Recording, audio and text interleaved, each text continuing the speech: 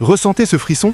Ce n'est pas seulement le temps qui se refroidit, c'est la sensation que la guerre est sur le point de pénétrer dans nos maisons. Ces dernières semaines, l'Ukraine a tiré la sonnette d'alarme. Sans aide massive, des millions de personnes vont souffrir du froid cet hiver. Et le problème n'est pas seulement national, il a un effet domino qui peut toucher toute l'Europe. Kiev affirme avoir besoin dès maintenant de 877 millions de dollars pour réparer rapidement les réseaux et stations de gaz et de 2,3 milliards de dollars pour importer du carburant jusqu'à la fin de l'hiver, soit environ 3 milliards de dollars au total. Pour traduire, cela représente pratiquement 1 million de dollars par heure de décembre à mars, rien que pour maintenir les maisons chauffées. Un chiffre qui pèse lourd sur l'économie et sur la vie de familles entières. La méthode est cruelle et délibérée. Depuis septembre, les attaques contre l'infrastructure, sous-stations, stations de pompage, lignes de transmission, ont déjà réduit de moitié la production domestique de gaz. Sans défense aérienne adéquate, les centres vitaux sont à la merci des missiles et des drones.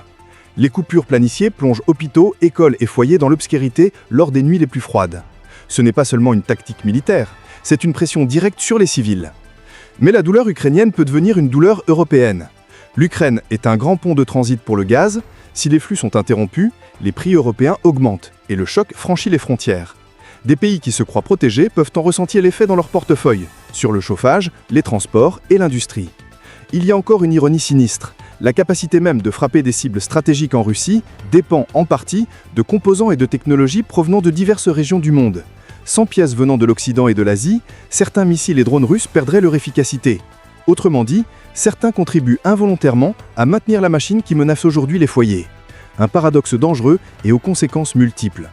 De l'autre côté, l'Ukraine attaque les raffineries et stocks russes pour réduire les revenus et limiter la capacité de l'ennemi à financer la guerre. Chaque raffinerie détruite signifie moins d'argent pour les missiles et moins de carburant pour les colonnes blindées.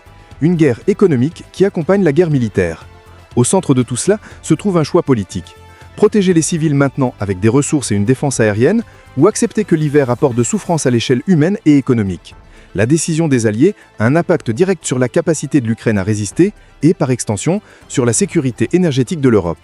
Alors je vous le demande franchement, l'Occident doit-il débloquer une aide financière d'urgence et une défense aérienne immédiate pour protéger les civils ukrainiens cet hiver, même si cela augmente le risque d'escalade militaire? Commentez, je vous discuter avec vous dans les commentaires.